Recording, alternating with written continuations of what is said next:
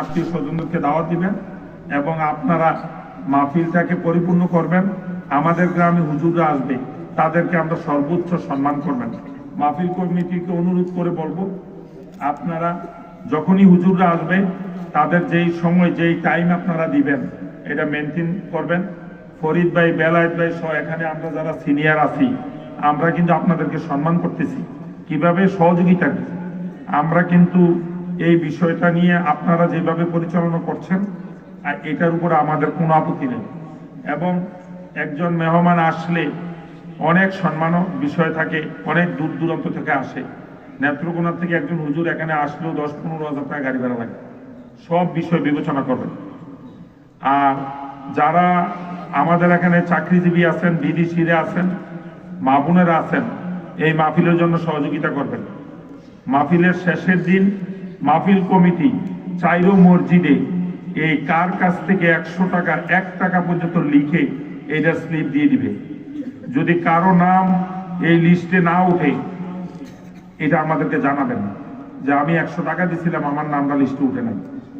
কারণ এক পয়সাও যেন হিসাবে থাকে। এরপরও আপনারা সকল আত্মীয় স্বজনদেরকে একটু খাওয়াবেন। দূর দূরান্তের অনেক মানুষ আসে, আমি বারবার মসজিদে বলছি 2 জন লোক হইলো নিয়ে খাওয়াইবেন। আমি আজকে কামালের এনে দাওয়াত খাইছি। কামালের আম্মা আমার অনেক স্নেহ করতো, তার আব্বা বাইসে আজকে দোয়া করি। আমার লোকে চলে গেছে 15-20 জন। আমি মনে করছি কিরম আয়োজন করছে, পরে কাকা টেনশন করেন না, আমার আয়োজন আছে। এরপরও সবাই বলছে যে তুমি মাহফিলে থাকবা, আপনাদের সাথে বসে হুজুরের আলোচনা শুনছি। এখন মনে হয় আমাদের আজকের প্রধান মেহমান নাকি?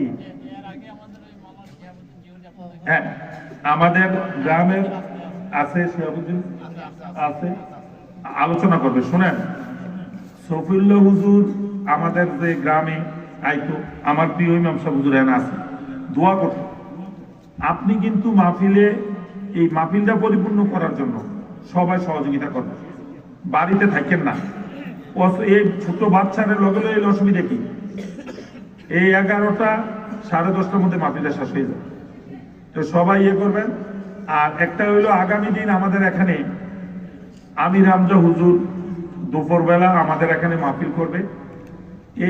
উনি আমাদের দাওয়াত রাখছেন, কিন্তু আমাদের এখানে একটা প্রাকৃতিক প্রবলেম, দুর্যোগ হয়েছে। হেলিকপ্টার দিয়ে ওনারে এখান থেকে নিয়ে যাওয়ার কথা রংপুর আকিজ গ্রুপে। ওই হেলিকপ্টার পাওয়া যাচ্ছে না। দিনের বেলা হেলিকপ্টার চলে, রাতের বেলা চলে না। এখন এইটা